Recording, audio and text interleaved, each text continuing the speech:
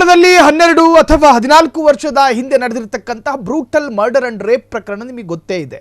ಅದು ಕೂಡ Soujanya rape and murder ಪ್ರಕರಣ.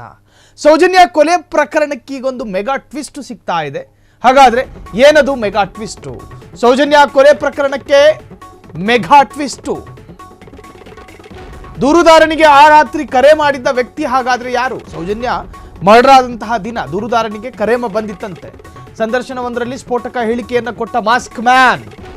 ಸೌಜನ್ಯ ಆ ಹೆಣ್ಣು ಮಗಳನ್ನು ಅತ್ಯಂತ ಬರ್ಬರವಾಗಿ ಕೊಲೆ ಮಾಡಲಾಗಿತ್ತು, ರೇಪ್ ಮಾಡಿ.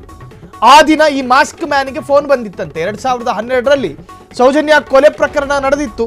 ಮಾಸ್ಕ್ ಮ್ಯಾನ್ ಖಾಸಗಿ ಚಾನೆಲ್ ಒಂದಕ್ಕೆ ಕೊಟ್ಟ ಸಂದರ್ಶನವೊಂದರಲ್ಲಿ ಈ ಸ್ಫೋಟಕ ಅಂಶವನ್ನು ಬಯಲು ಮಾಡಿದ್ದಾನೆ. ಕರೆ ಮಾಡಿದ ವ್ಯಕ್ತಿ ಎಲ್ಲಿದ್ದೀಯಾ ಅಂತ ಕೇಳ್ದ. ಈತನಿಗೆ ಫೋನ್ ಮಾಡಿ ಎಲ್ಲಿದ್ಯಪ್ಪ ಅಂತ ಕೇಳದ್ನಂತೆ. ನಾನು ರಜೆ ಮೇಲೆ ಊರಿನಲ್ಲಿದ್ದೀನಿ ಅಂದಿದ್ನಂತೆ ಈತ. ನಾನು ಊರಿಗೆ ಬಂದಿದ್ದೀನಿ ರಜೆ ಮೇಲೆ ಅಂತ ಹೇಳದ್ನಂತೆ.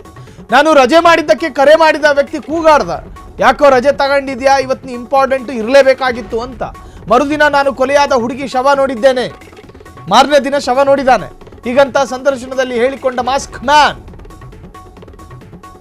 ಸಂಚಲನ ಮೂಡಿಸಿದೆ ಮಾಸ್ಕ್ ಮ್ಯಾನ್ನ ಹೇಳಿಕೆ. ಹಾಗಾದ್ರೆ ಸೌಜನ್ಯ ಕೊಲೆ ಪ್ರಕರಣದಲ್ಲಿ ಮಾಸ್ಕ್ ಮ್ಯಾನ್ ಪಾತ್ರ ಇತ್ತ? ಆತ ಹೇಳ್ಕತಾನೆ ಖಾಸಗಿ ಚಾನೆಲ್ನಲ್ಲಿ, ಸೌಜನ್ಯ ಕೊಲೆ ಮತ್ತು ರೇಪ್ ಆದಂತಹ ದಿನ ನನಗೆ ಫೋನ್ ಬಂದಿತ್ತು. ನಾನು ಹೇಳಿದೆ ನಾನು ಊರಿಗೆ ಹೋಗಿದ್ದೀನಿ, ರಜೆಯಲ್ಲಿದ್ದೀನಿ ಅಂತ ಹೇಳಿ.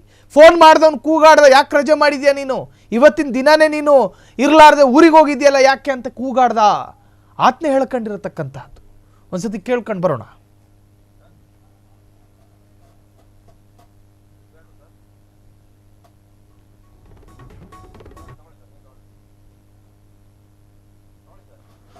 ಮಾಸ್ಕ್ ಮ್ಯಾನ್ ಸೌಜನ್ಯ ಪ್ರಕರಣದಲ್ಲಿ ಆತ ಖಾಸಗಿ ಚಾನೆಲ್ ಜೊತೆ ಒಂದು ಸಂದರ್ಶನ ಕೊಡ್ತಾನೆ. ಆ ಸಂದರ್ಭದಲ್ಲಿ ಆತ ಹೇಳಬಹುದಾದ ಸಾಧ್ಯಾಂತ ಹೇಳಿಕೆಗಳನ್ನೆಲ್ಲವೂ ಕೂಡ ಹೇಳ್ಕೊಂಡಿದ್ದಾನೆ.